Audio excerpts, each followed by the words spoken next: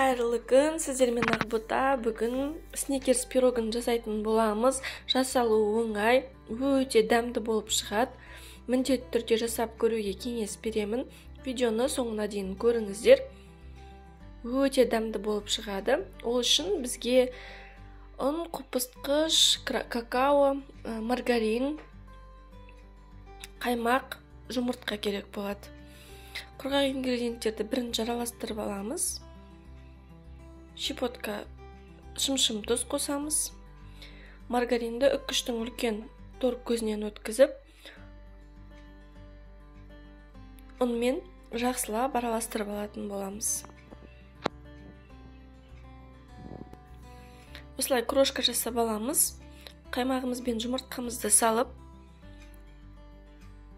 қамыр илеп аламыз. Дайын болған қамырымызды пищевой пленкаға, болмаса жай обычный пакетикқа салып қоя тұрамыз.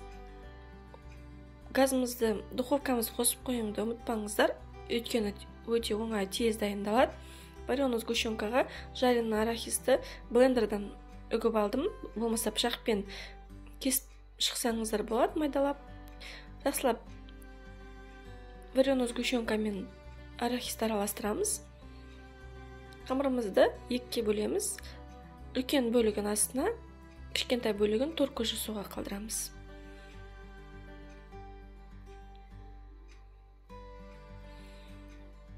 Примерно 1 сантиметрдей қылып жайып аламыз. Диаметр форманың 24.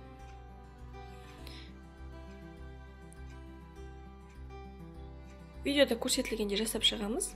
Жан жақтарын, артық жерлерін алып тастаймыз. Кішкене қамыр алып, 2 жгут жасап аламыз. Сөйтіп, қатты биік емес, бортик жасап шығамыз.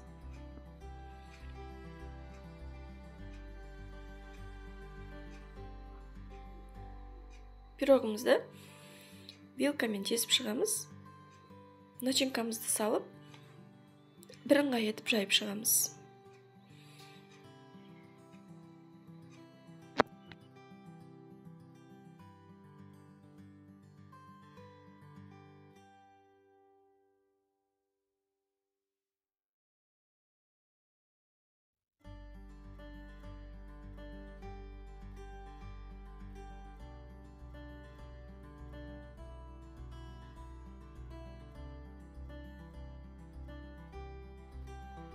Қамырымыздың екінші бөлігін жұқа етіп жайып шығамыз. Жолақтарға кесіп шығамыз. Кішкене осылай бұрап жібереміз. Сонда біздің пирогымыз әдемі болып шығады.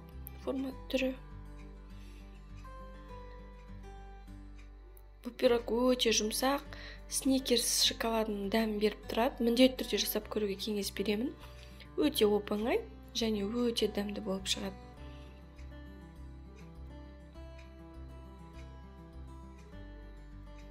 Арахиспен кішкене сәндеп қойдым.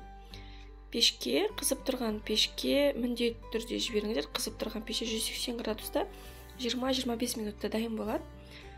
Суытыңыздар. Бетіне өздеріңіздің қалауларыңыз бойынша қант ұнтағын сеп шықсаңыздар болады.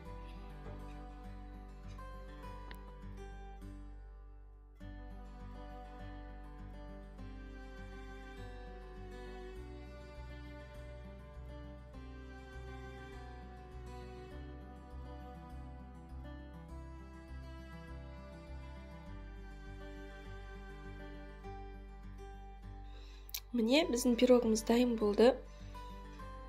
Жұмсақ, ауызда еритін, өте керемет дәмді болып шығады. Қонақтарға өте қатты ұнады.